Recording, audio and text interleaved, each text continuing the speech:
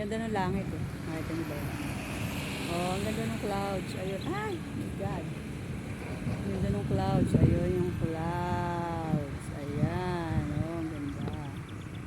Ayan. Ito.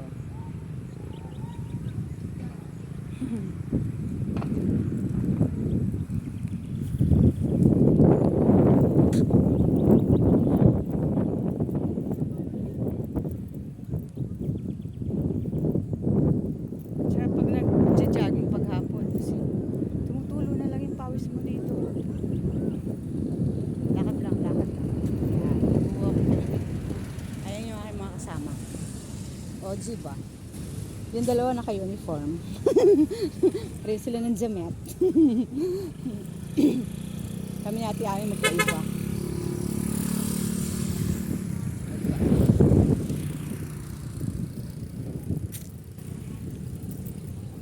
May nagbabike kapag hapon. Dito pag lalakad kami dito, maraming nagbabike. Ayun yung anak ko nagbabike! Chopet! Chopet! Chopet! Anak ko yun, nagbabike pala yun. Magbabike.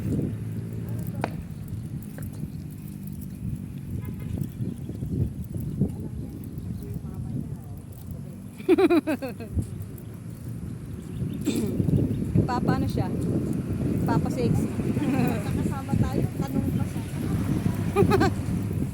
Kasama ko ba girls? Para kami ay gumaan. Kasi kami ay nirarayuman na. Charot.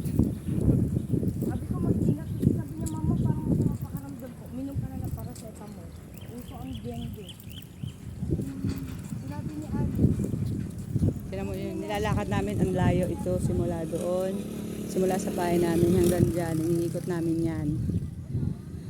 Ayan. Tapos iikot pa kami doon. Tapos babalik na naman kami din eh. Tapos din na kami ulit papalik.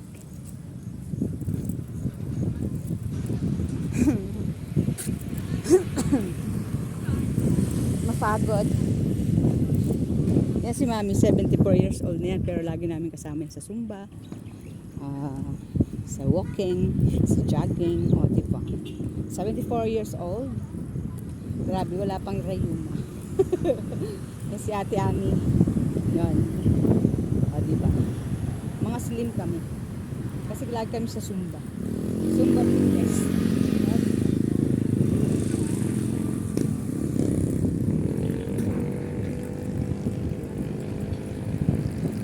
May mga alkapuha. Yan o, daming kalipan yung ginagawa dito sa Donosa. Ayan o. Campus Town. Campus Town. Ayan. Ito kami naglalakad. Ito kami nagwo-walking. Dami nagwo-walking doon, no? Banda doon. Iniikot sila doon. Ang layo niyan. Ikutan namin yan. Mawawalan kami siguro ng mga 10 pounds. Sabi, ganun eh. Healthy naman po kapag nag-walking ka. Pero mas maganda siguro kung nag-bike. Kasi ang sarap pag nagbabike. Yung anak ko nag-bike eh. Dalawa yung bike namin sa bahay. Kaso hindi pwedeng mag-bike tapos naglalakad, diba? Ayan.